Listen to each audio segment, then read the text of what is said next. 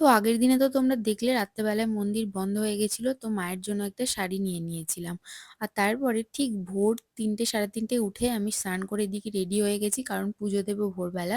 আর তোমরা অবশ্যই কমেন্ট করে জানিও যে আমার সাজটা কেমন লাগছে। আমার তো ভালোই লাগছিল।